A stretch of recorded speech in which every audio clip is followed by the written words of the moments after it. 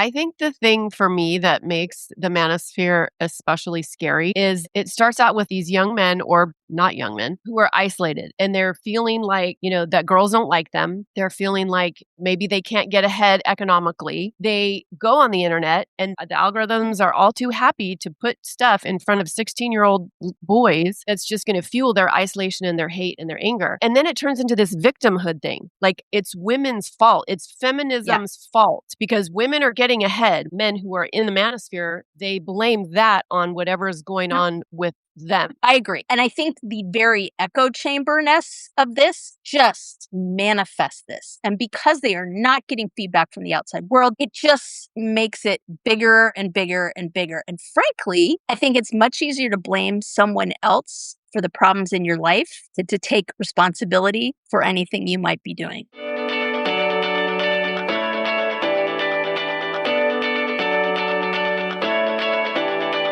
Welcome to Drinks with the Girls. Conversations for women over 40 around connection, change, and the power of female friendship. Living well with stories to tell. I'm Karen, and this is Lisa. We are moms and solopreneurs stepping into our own, diving into real conversations about things that matter to women in midlife. We're here to spill the tea on everything that affects women in their 40s and beyond. Topics like loss and grief, changing relationships, launching kids, menopause, and reinventing ourselves in midlife. We are here to tackle it all. Connect with us through a blend of our lived experiences, our friendship, the memory of our moms, plus a collection of real stories, honest conversations, and engaging interviews that will make women over 40 feel seen and remind them that they're not alone on this journey called life. Let's go. Welcome back to another episode of Drinks with the Girls. This episode today is one that has been on the docket for a while. And when Lisa first brought it up to me, I thought, okay, this is probably something we should talk about. But it's one of those ones that You said, no way. You said, I don't want to get. You did. You said, I don't want to give that shit airtime. Oh, I did? Okay, that's good. That's reasonable. And I was like, I get it. Okay, sorry, interrupt, continue. No, that's okay. But then after I thought about it, I thought, you know what? People might not we might need to have a conversation about this because people might not know about it. So I'm just going to leave it there, leave you hanging, listeners, for a sec.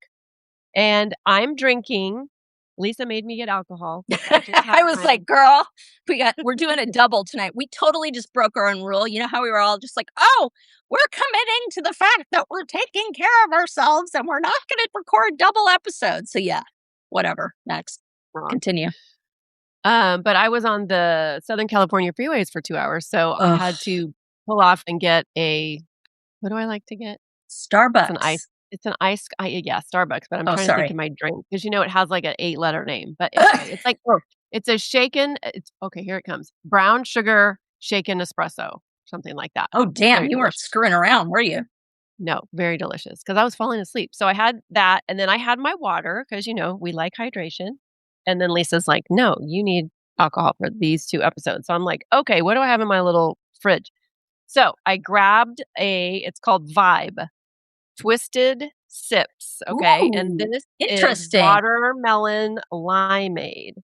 And I haven't had it before, but I took a sip and I was telling Lisa it tastes like spring break circa 1987. So cheers. What are you drinking? Are you sure we shouldn't do another episode and channel our inner 80s? Okay, so I looked at both those episodes. It was like, A, what the fuck were we thinking? B, okay. I'm going to plan for this one. So I blended up, I think I've done this before. So when Kate LaPlante was on this episode, she gave us a recipe for Pear Martinis. I have upgraded it and it is now a frozen pear martini made with my own homemade canned pears and syrup. And I just throw all that shit in the blender with all the stuff and I bring it out. So I'm ready. Buckle up. Cheers. Sounds delicious. All right, let's get to it. So Karen said, we were like, don't we do? And I was just like, oh, I don't know. I think it's important that we talk about it. But we just kind of were like, we need to find the right angle because we didn't want to just like give airtime to some of these people because it's pretty intense, y'all. So I was minding my own business and I was reading my Smith Alumni Quarterly. And what do you know? There was an article on the Manosphere. I wish I could put it in the show notes, but I can't, publishing rights, all the things.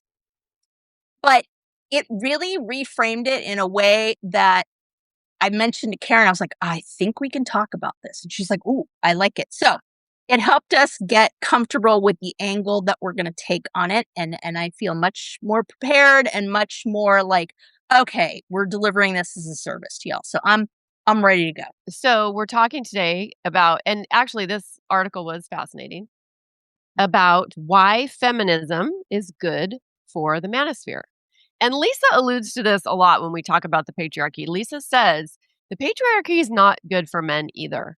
So I think this is kind of, expanding on that whole notion a bit. Would you say? Yes, I agree.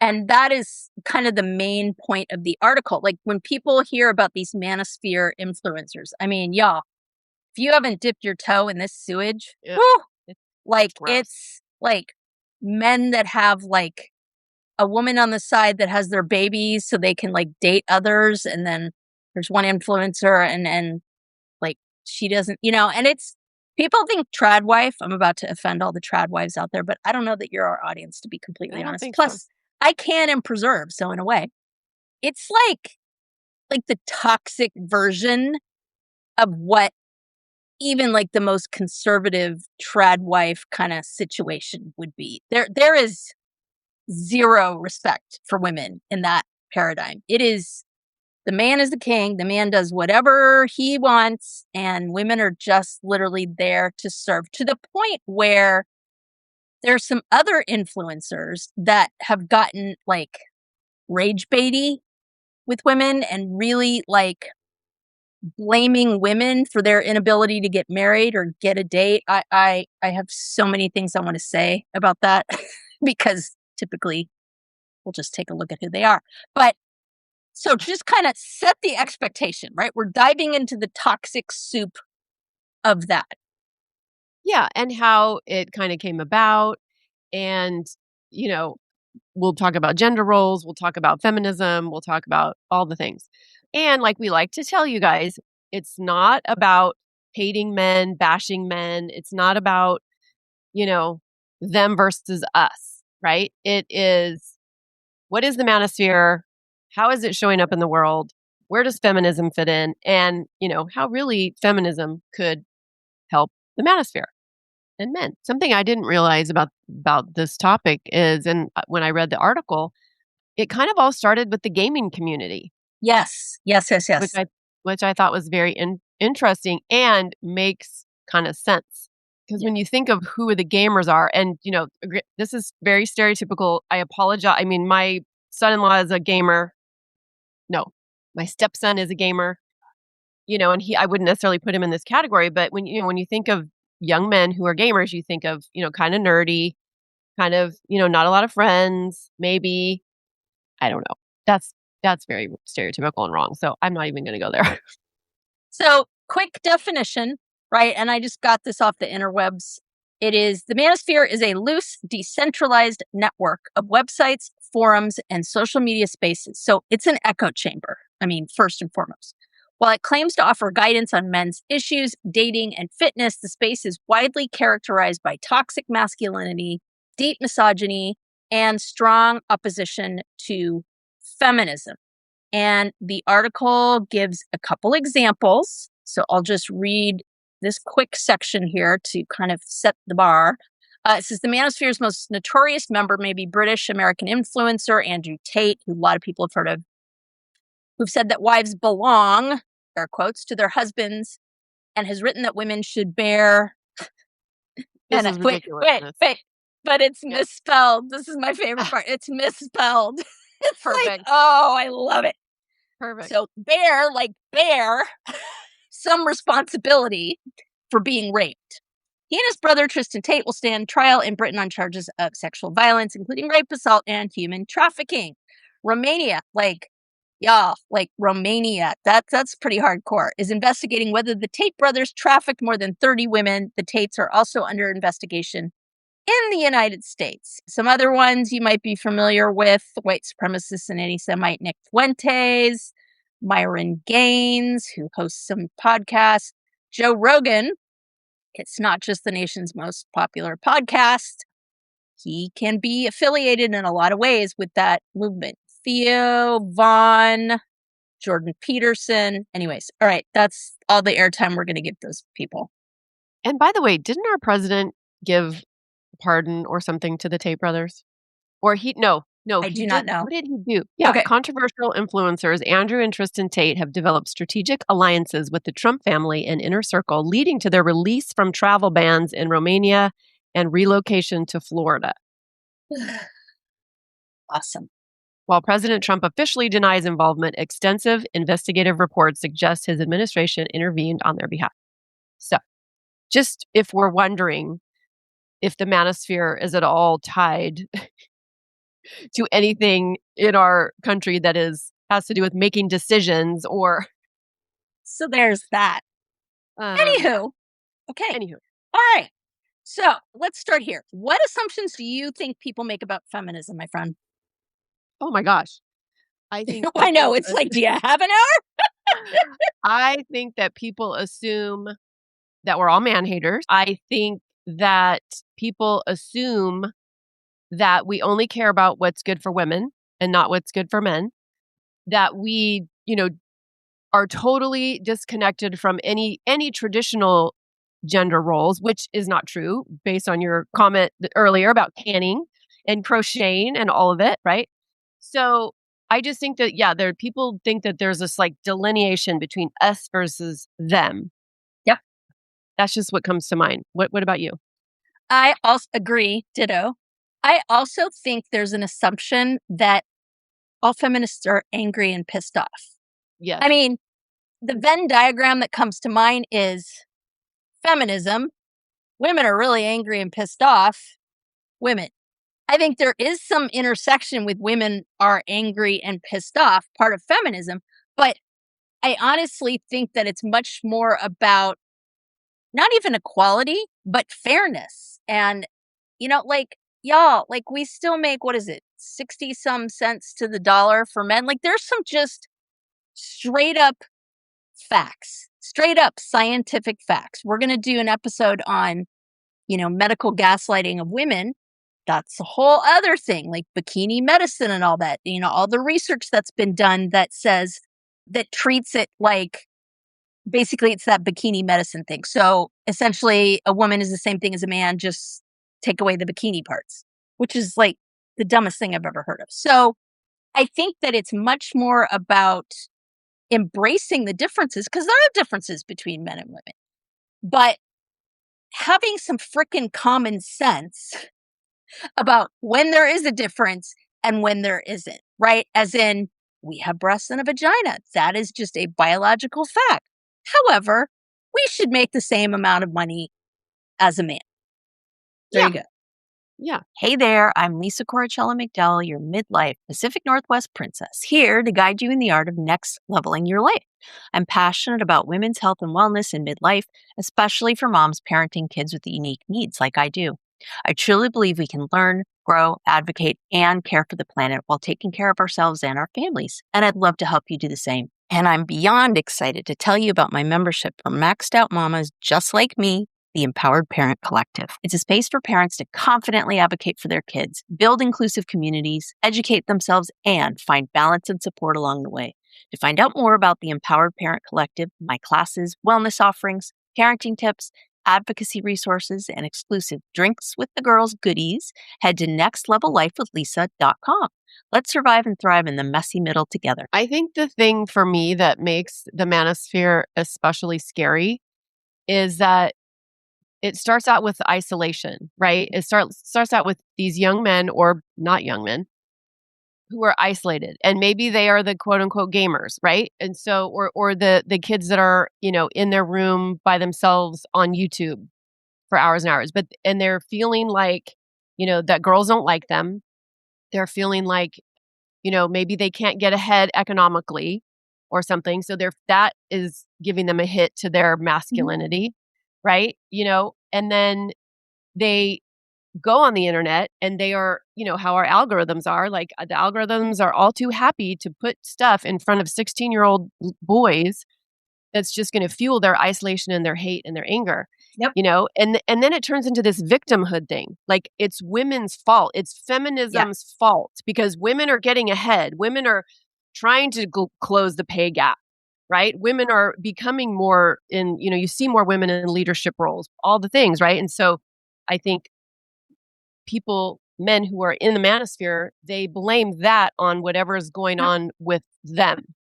It's kind of the whole argument of it's not pie, right? It's not, if I take a slice, there's one less slice for you, right? All that stuff, right? People think of it as something that you have to divvy up. I mean, honestly, a lot of this smacks of just the roots of anti-Semitism in terms of this stereotype that all Jews were wealthy, and so they were taking the wealth away from Christians, which is bizarre, right? I mean, Shakespeare, Merchant of Venice, like the main character Shylock is like a pretty good example of like anti-Semitism, right?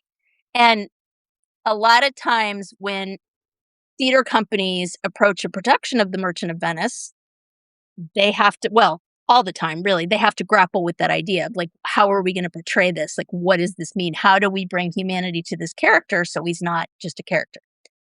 But I digress. So I agree. I think the very echo chamber-ness of this that's what echo chamber is. It just manifests this. And because they are not getting feedback from the outside world, they're not going out to the workforce, they're not meeting people, they're not talking to people that aren't like online.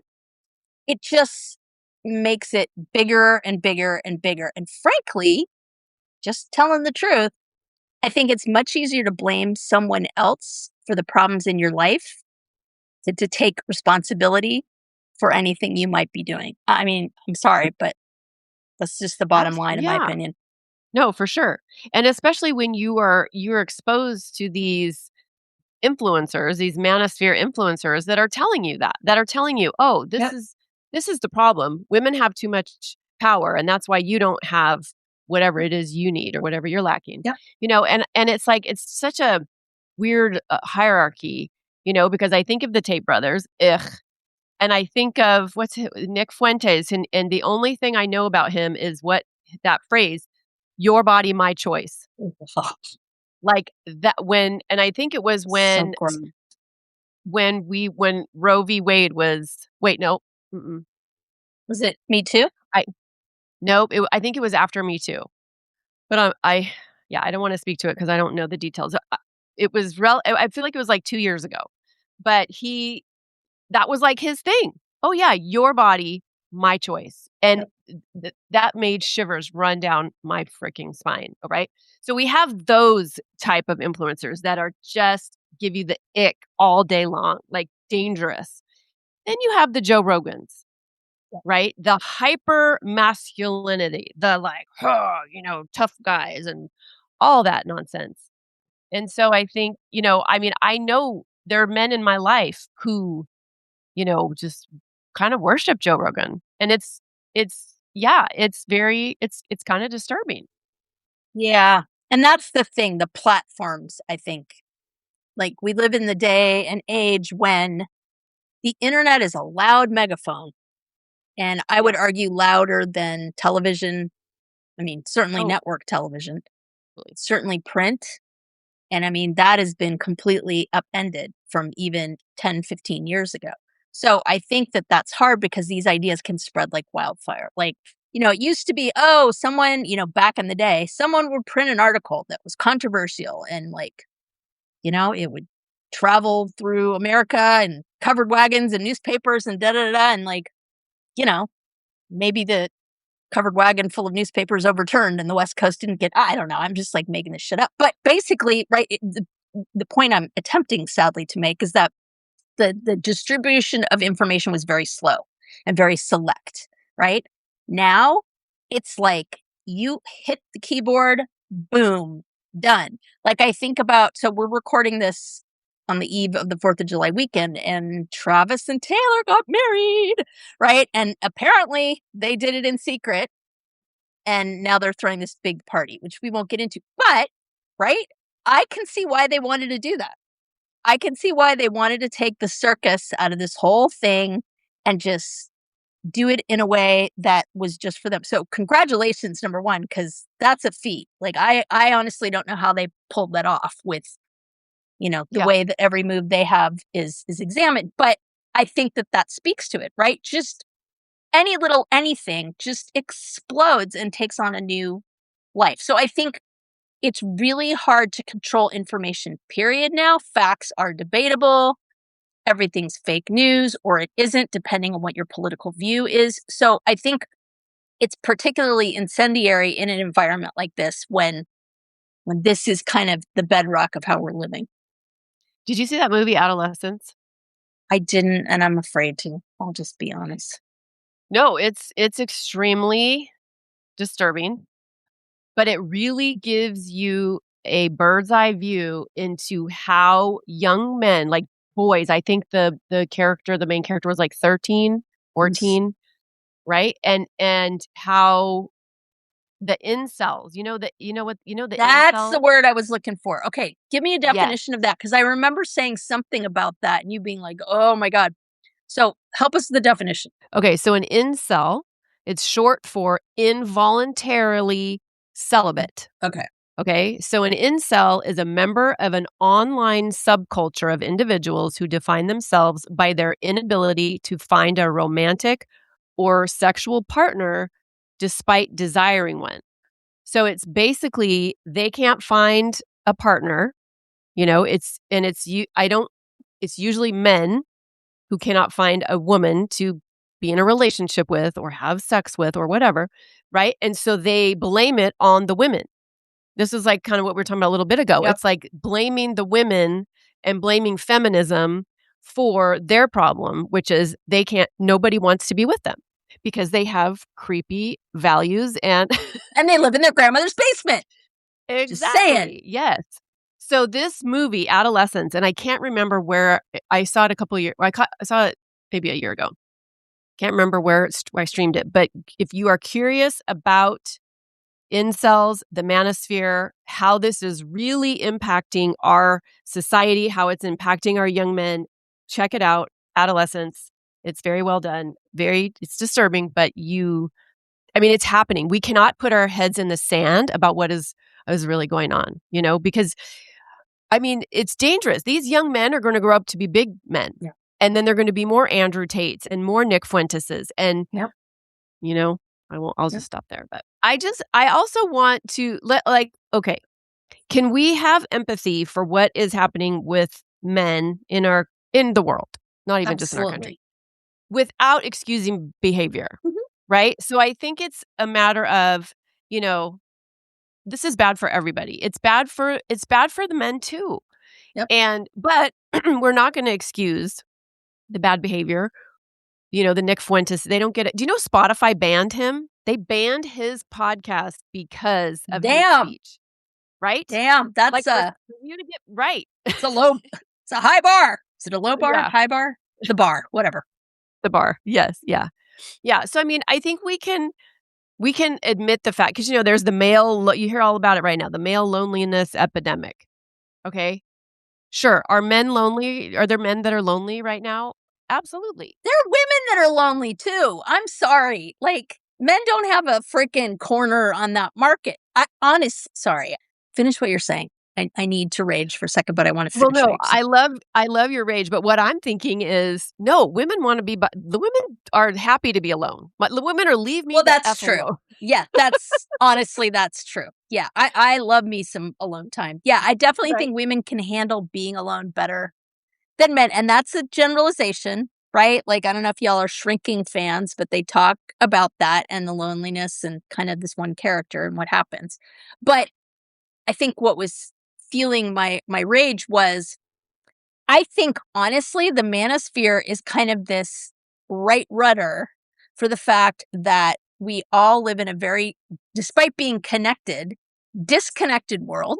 I think the pandemic has really made it difficult for people to understand how to communicate belly to belly. We all talk about how, again, Saint T Swift, say it to my face, right?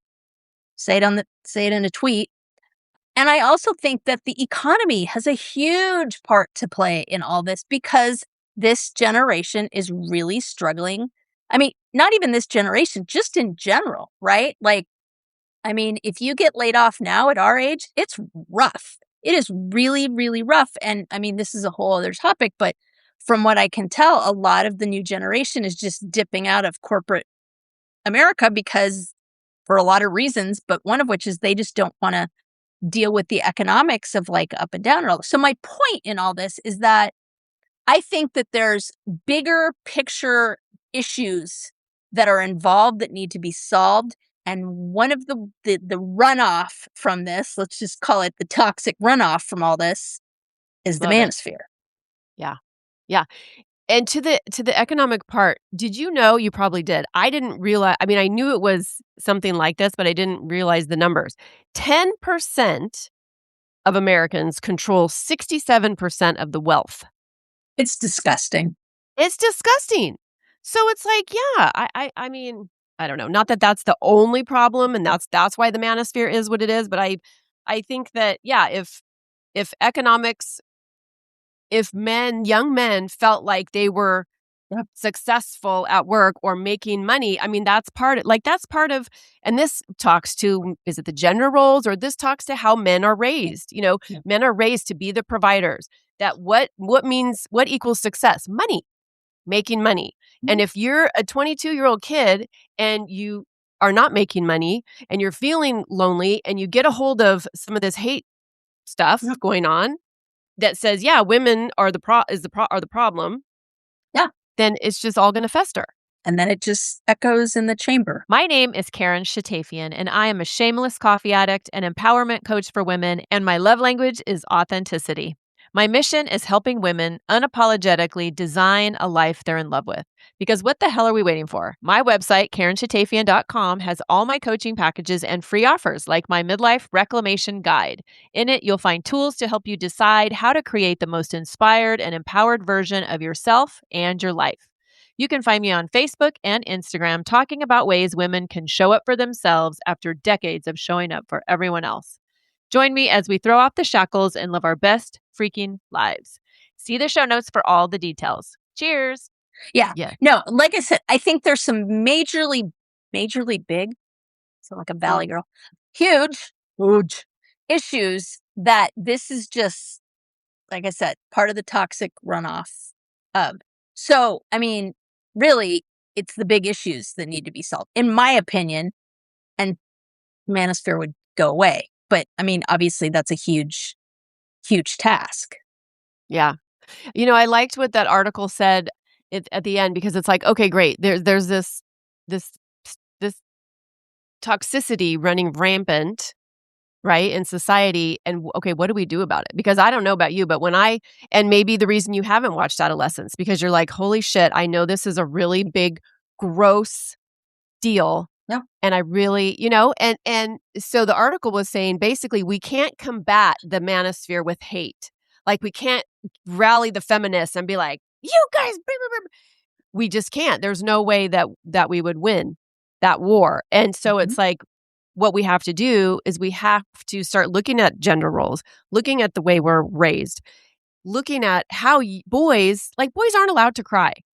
Yep. Right? What are they? They're called wimpy if they cry. They're not allowed to have those kinds of emotions. They can have anger, but that's pretty much it. Yep.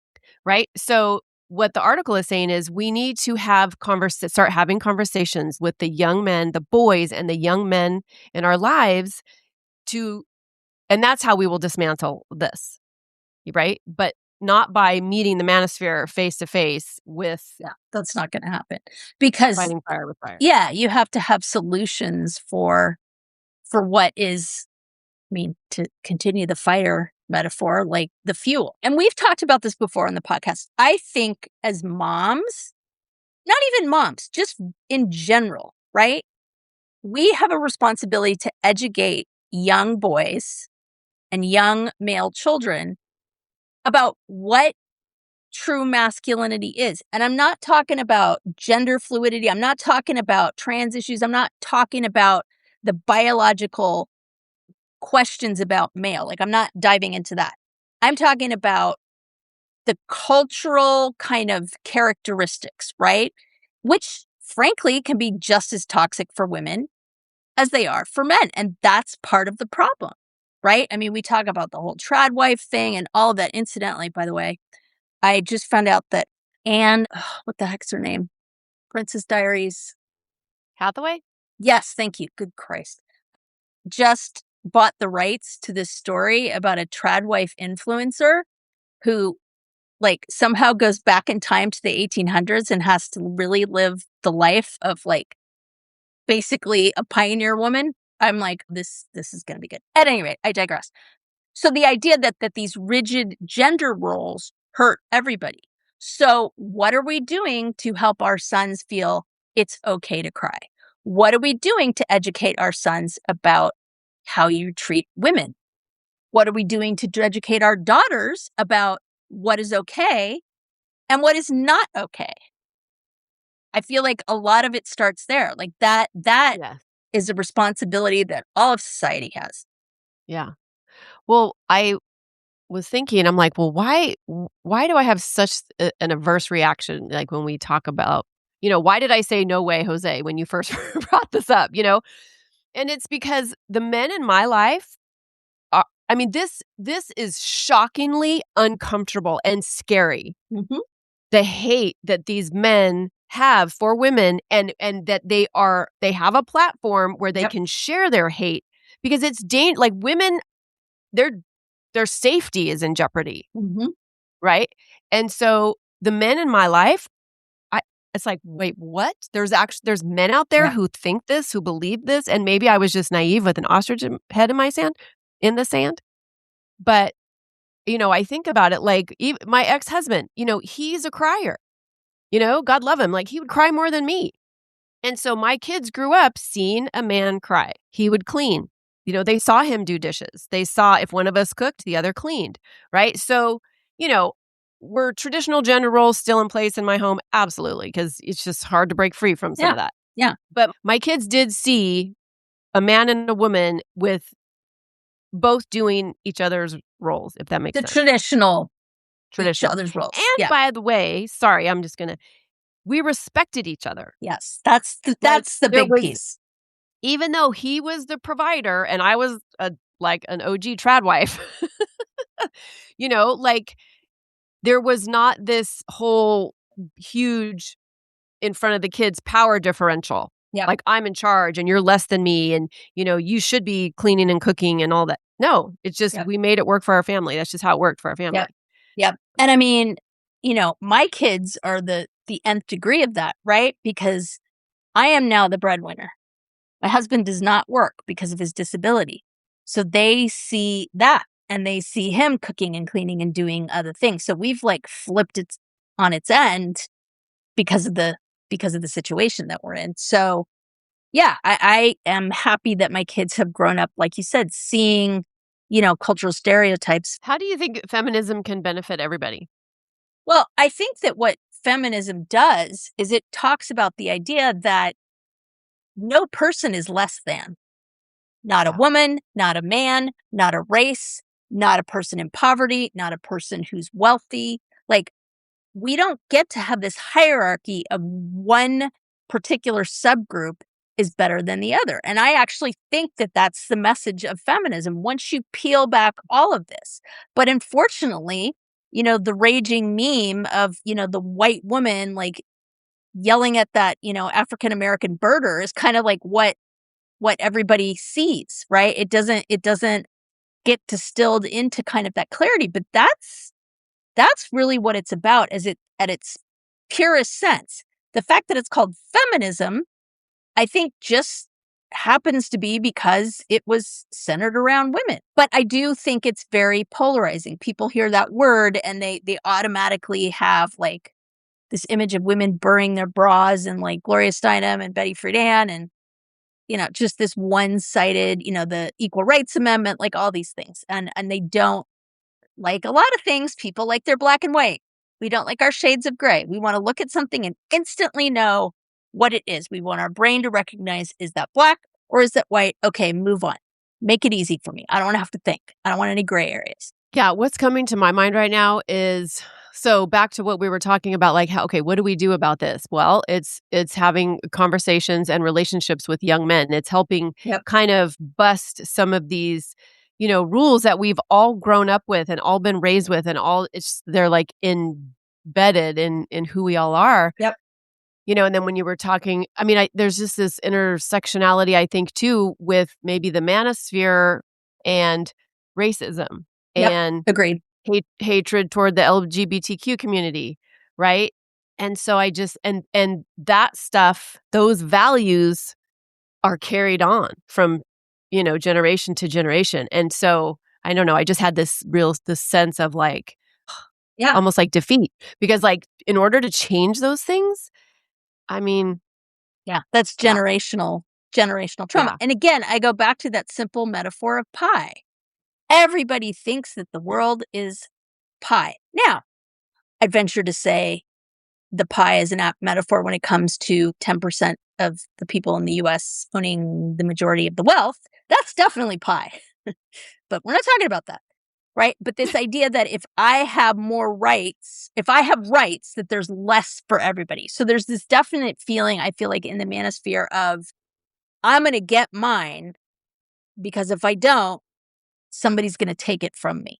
And so I get mine by subjugating others and putting them in their place. There's definitely this idea of masculinity being dominant, being what I want to say, the dominant culture, the most important thing, the having the roles that matter, I would say. How do we bring this back to midlife, right? We talk to midlife women on this podcast. So why should midlife women care or be educated about the manosphere?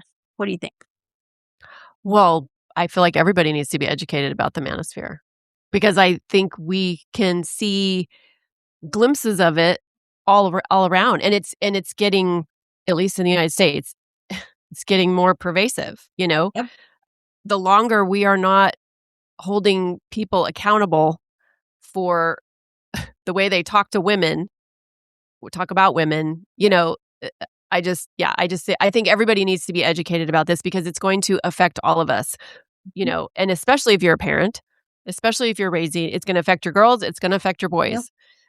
So yeah, I think it's extremely important. And I think also we as midlife women are at this stage in our life, like we are the most powerful. Like we are the most powerful because we don't give a fuck anymore. Mm-hmm. We're not afraid to like hurt people's feelings or ruffle people's feathers. And so we'll say the hard things, right? And so I think we're the perfect demographic to really, make some noise about this. Yeah.